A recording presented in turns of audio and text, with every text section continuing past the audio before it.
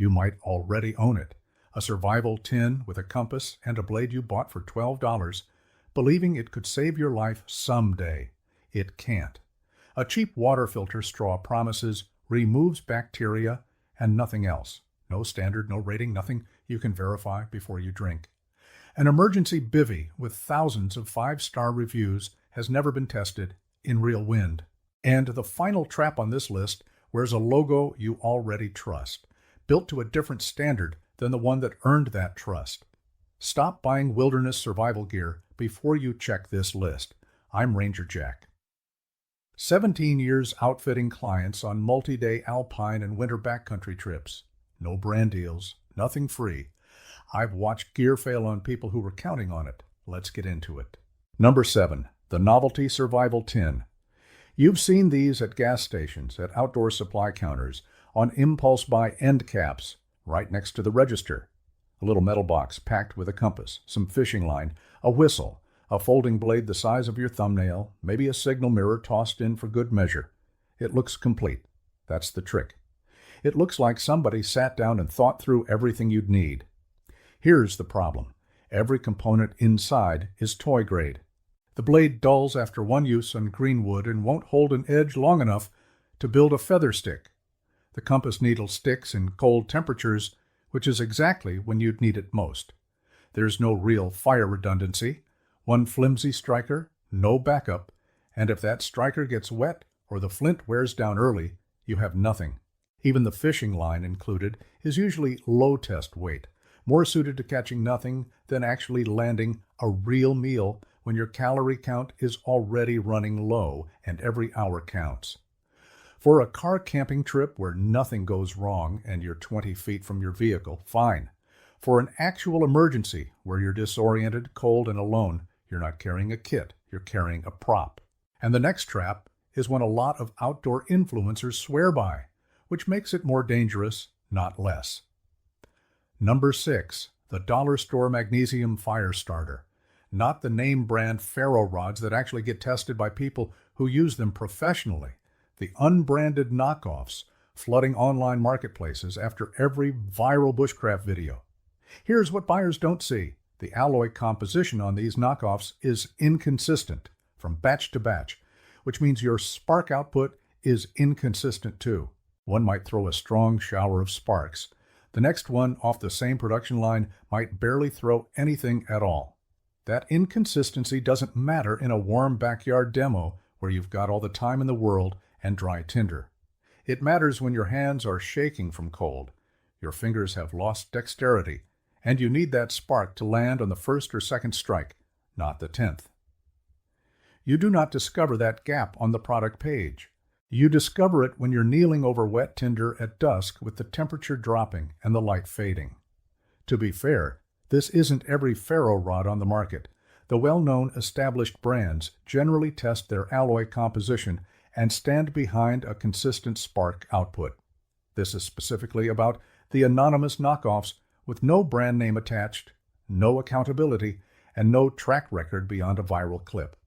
Fine at a campsite demo, wrong in a real storm. The next one is trusted because everyone else seems to trust it, which is exactly why it's more dangerous. Number 5, the bargain water filtration straw. Price point around $15 to $20, marketed as a must-have survival essential. And it sells constantly because it's cheap, it's small, and it fits in any pocket. Here's the problem. The packaging says it filters bacteria and sediment, but it doesn't name an actual filtration standard, doesn't publish a pore size in microns, doesn't tell you anything concrete about protection against protozoa or viruses. That's not a small gap. That's the entire point of the product left unanswered. A filter that can't tell you what it filters down to is a filter you're trusting on faith, not on engineering. Compare that to filtration products that do publish real numbers, and the silence on this one starts to look less like an oversight and more like a choice. You think you bought clean water insurance for a real emergency. What you actually bought is a straw with a marketing claim attached to it and no way to verify that claim before you need it most. The label says survival. The filtration spec doesn't say anything. And the next item has thousands of casual 5-star reviews backing it up, reviews that were never written by anyone who tested it in a real storm, which is exactly the problem. Number 4, the Amazon bestseller Emergency Bivy. Ultra-thin mylar sheet, folded down into a pocket-sized pouch, thousands of reviews, retains 90% of body heat, printed right across the packaging. Those reviews are real. People genuinely bought it, opened it once, felt the reflective material, and left 5 stars. But they're testing comfort and novelty in a living room, not survival performance in actual wind and cold. There's no reinforced seam construction anywhere on these.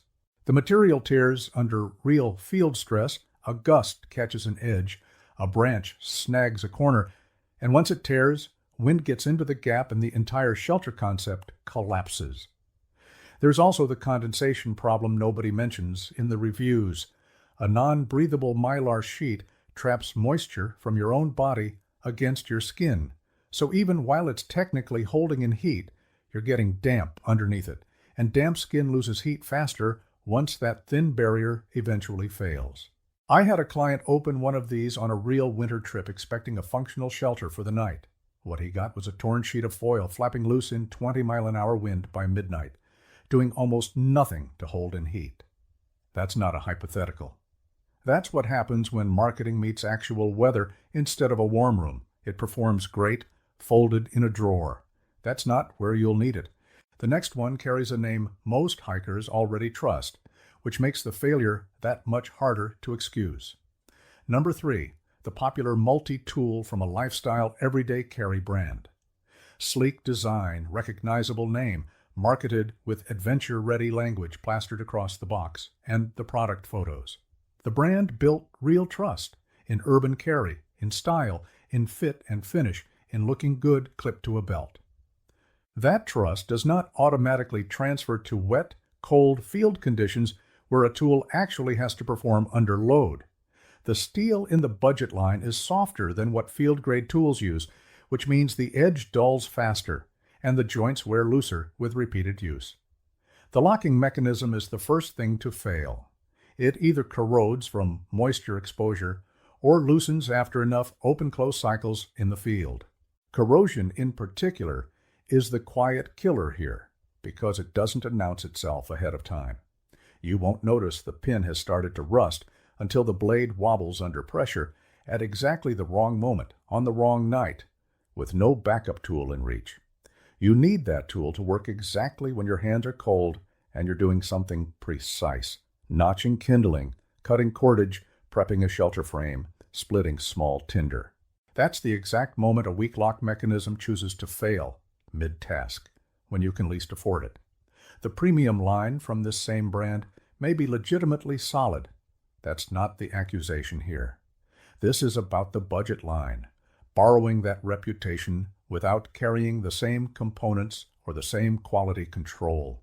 The logo earned trust somewhere else, not here.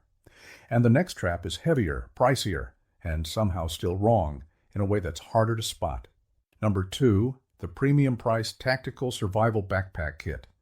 These run well past $100, sometimes closer to $200, bundled with a dozen individual tools stamped with aggressive tactical branding, molly webbing, and dark earth tone colors that scream preparedness. The price tag implies the components inside match it. They don't. Each individual piece, the knife, the fire starter, the paracord, the flashlight, the tiny first aid kit tucked in a side pocket, is individually low grade, and bundling 12 weak components together doesn't create one strong kit. It creates a heavier bag with more individual points of failure. One bad component doesn't just underperform on its own, it takes the whole kit's function down with it, because you were counting on all 12 pieces working together as a system when conditions turned real. And here's the part that stings the most. For close to that same $200 price, you could buy 3 or 4 genuinely field-grade individual pieces instead. A real fire tool, a real filtration system, a real reinforced shelter, and end up with a lighter pack and far higher odds that every single component actually works when you need it. You paid for the idea of preparedness, not the actual construction of it. And the final trap is the one most buyers will defend right up until you put the price tag next to the specifications side by side. Number 1, a budget survival line from a big-name outdoor brand you already trust. This is the most dangerous trap on the entire list because the logo is real and the trust behind it is earned somewhere. The brand's flagship jackets, packs, or boots may genuinely be field-tested and well-built. I'm not disputing that. But somewhere along the way, that same company put its name on a cheaper, survival-specific product line. A shelter, an insulation layer, a compact fire kit, built to a completely different cost target with cheaper materials and thinner construction than what earned the brand its reputation in the first place. The insulation doesn't loft the way the brand's overall reputation implies it should. The seams aren't sealed to the same standard as their flagship outerwear. You're not buying based on the actual product sitting in front of you on the shelf. You're buying based on trust that was earned by a completely different product line, years of a different reputation transferred onto something that hasn't earned it yet. I've had a winter trip where 3 separate pieces of trusted brand gear failed inside the same 24 hours, not because the brand itself is fake or dishonest, but because buyers, myself included early in my career, assumed one product line's engineering automatically applied to another line under the same name. The brand is real. The trust is being borrowed by the wrong product line. That's the countdown. Those are the traps. Now here's what actually justifies the money. The stuff that's genuinely on my own gear list, no sponsorship, no kickback, nothing sent to me for free, just what's earned a spot after 17 years of watching things fail on real trips with real consequences. If you want the shortcut, here it is. These are the ones where the price actually matches the engineering. First, a name brand ferro rod fire starter, the kind with a documented, consistent spark output and an actual field reputation among people who use fire tools professionally, not just reviewers doing a one-time demo for a video. The alloy composition is consistent batch to batch, which means the spark you get on trip 1 is the same reliable spark you get on trip 50 in freezing temperatures with wet hands under pressure. That consistency is the entire product. There is no substitute for it when your hands are cold and you get maybe 1 or 2 real attempts before hypothermia starts affecting your fine motor control. This is not a flashy recommendation. It's a boring, reliable one, and boring and reliable is exactly what you want at hour 40 of being lost. Second, a water filtration product that actually publishes its filtration standard clearly on the packaging, a named, verifiable rating you can check against independent sources, not vague purifies water language sitting alone on a label. When a company is willing to put a real checkable number in front of buyers, that's usually a company confident enough in its own engineering to survive scrutiny. That transparency is the whole signal you're looking for. If a filter won't tell you what it filters down to in numbers, assume that omission is hiding a gap in performance, not protecting a trade secret. Third, a reinforced emergency shelter or bivvy built with taped or sealed seams and a wind-rated shell fabric, not the ultra-thin foil sheet from earlier, something built with actual denier-rated material designed to hold structure when wind pushes against it instead of collapsing at the first real gust. The difference isn't the marketing copy on the front of the package. It's whether the seams are genuinely reinforced and whether the fabric has real weight and rating behind it, instead of being thin reflective plastic dressed up in survival-themed packaging and bold percentage claims. This is the exact piece that solves the failure I watched happen on that winter trip. A shelter that actually holds its shape and its seal when the wind refuses to cooperate through the night. Those 3 do the same job the traps promised and actually deliver on it. That's the whole difference between this section and the last one. Not louder marketing language, but construction that genuinely matches the claim printed on the box. Before you buy anything in this category, run it through a fast checklist. For fire tools, is the ignition method verifiable through a real track record? And is there evidence of wind and wet performance, not just a slick demo video filmed on a calm afternoon? For water, Does the product name an actual filtration standard with real numbers? Or does it just say purifies and stop there, leaving the real question unanswered? For shelter and insulation, are the seams genuinely reinforced? Is there an actual wind rating? And does the warmth to weight logic hold up under scrutiny? Or is it just thin material wrapped around a big promise on the box?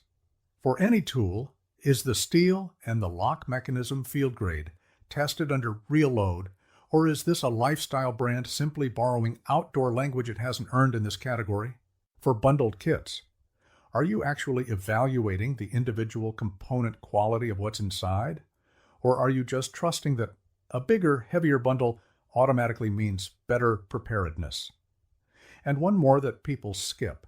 Does the brand's survival-specific line share the same materials and quality control as its flagship products? Or is it wearing the same name on a completely different construction budget? And the single biggest red flag across every category on this list, vague words like survival-ready, tactical, or adventure grade, showing up with no actual specification behind them anywhere on the packaging or the product page. That vagueness is not an accident. It's exactly the gap where marketing lives instead of engineering. Outdoor conditions do not care about brand logos, follower counts, or how good a product looks in a photo shoot on a sunny ridge. They care whether the gear actually performs when the temperature drops fast. The wind picks up without warning, and you're the one depending on it in the dark, not a reviewer running a controlled one-afternoon test in perfect weather with a support vehicle parked nearby. I've been doing this for 17 years, no sponsorships, no free product ever showing up at my door, and I still get surprised sometimes by what fails and what genuinely holds up out there. That's the part nobody tells you when they're selling you a kit. The gear doesn't care how confident the marketing sounds. So tell me, what's actually in your kit right now today? Drop the brand you're carrying and how many real trips or miles you've actually put on it.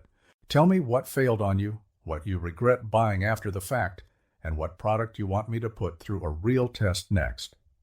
That's how this list gets built in the first place, not from marketing copy sitting on a shelf, but from what actually happens out there when conditions turn real.